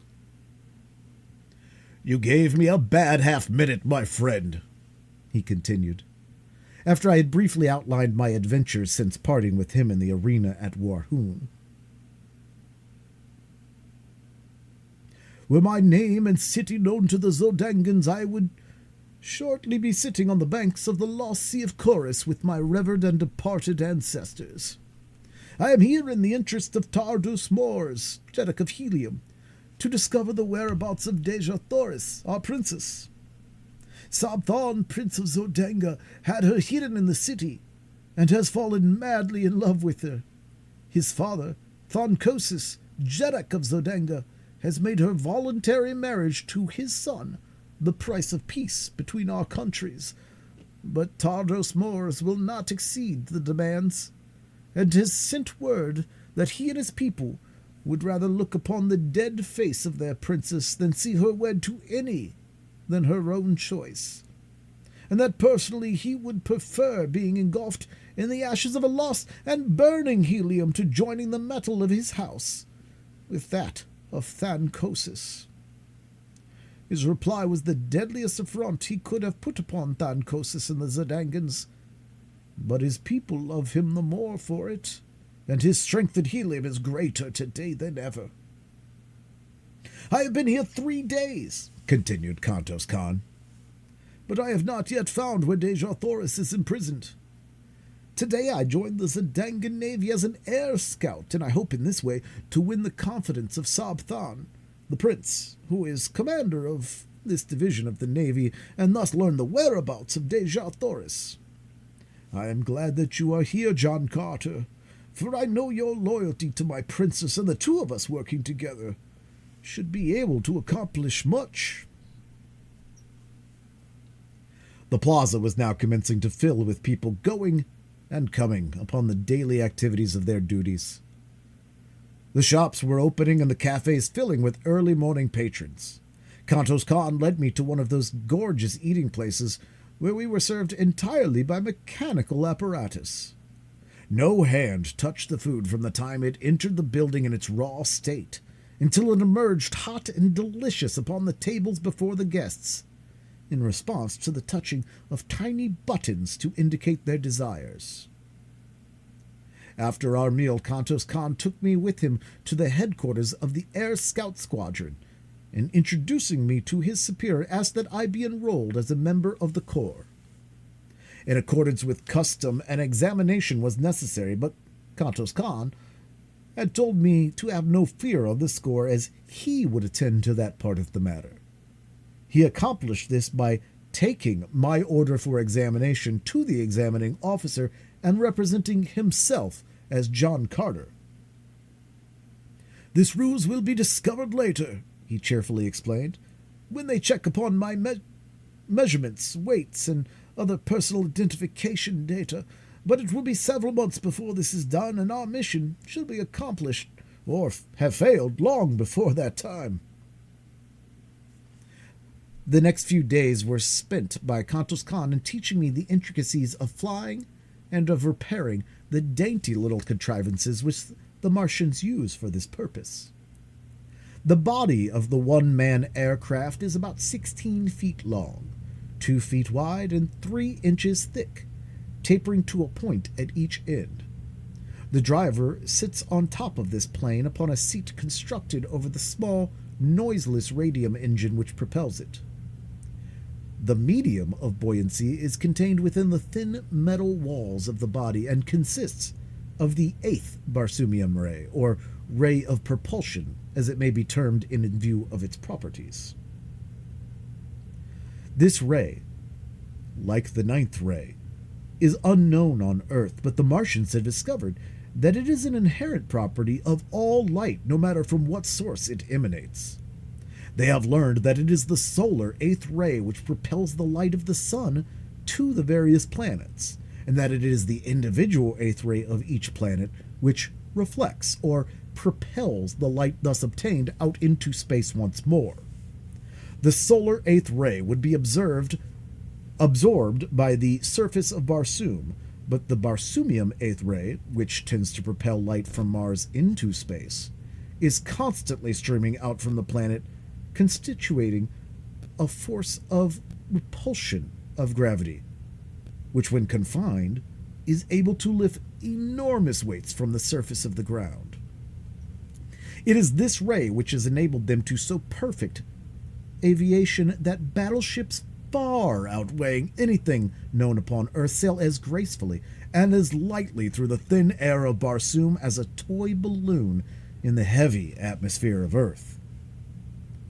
During the early years of the discovery of this ray, many strange accidents occurred before the Martians learned to measure and control the wonderful power they had found.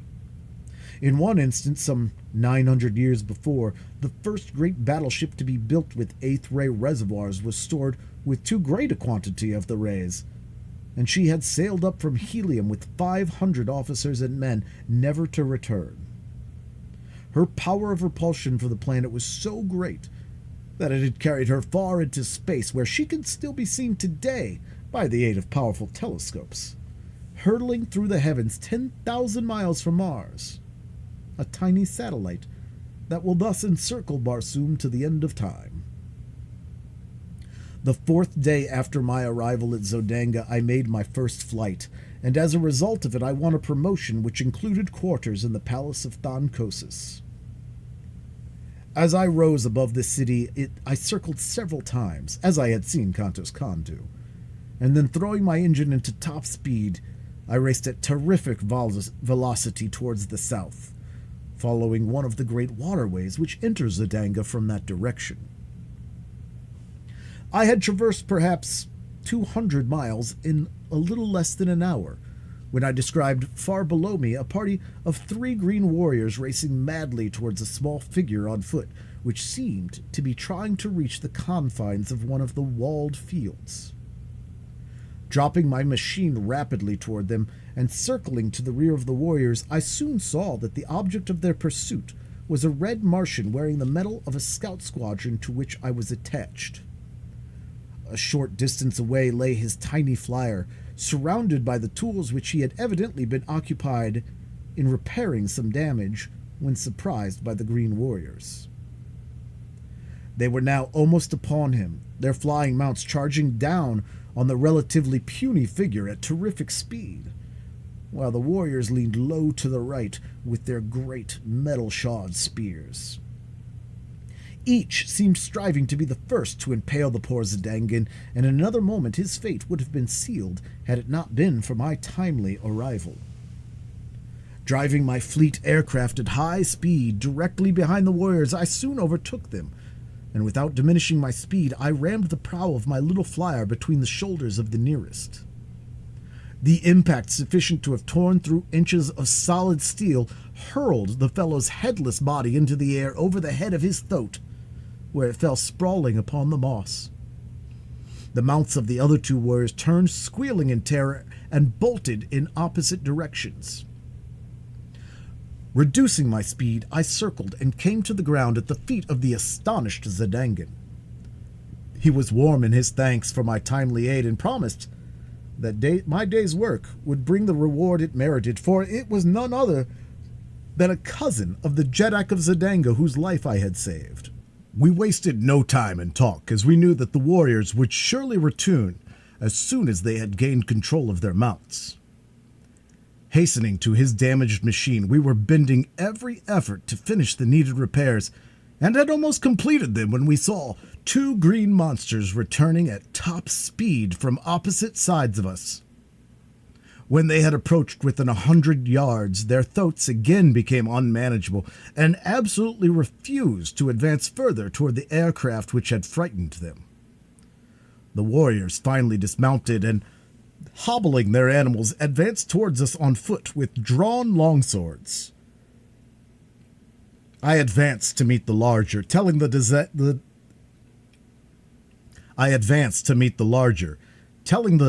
Zedangan to do the best he could with the other, finishing my man with almost no effort, as had now, from much practice, become habitual with me. I hastened to return to my new acquaintance, whom I found indeed in desperate straits. He was wounded and down, with the huge foot of an antagonist upon his throat, and the great longsword raised to deal the final thrust. With a bound, I cleared the 50 feet intertwining us, and with outstretched point drove my sword completely through the body of the green warrior. His sword fell harmless to the ground, and he sank limply upon the prostrate form of the Zedangan.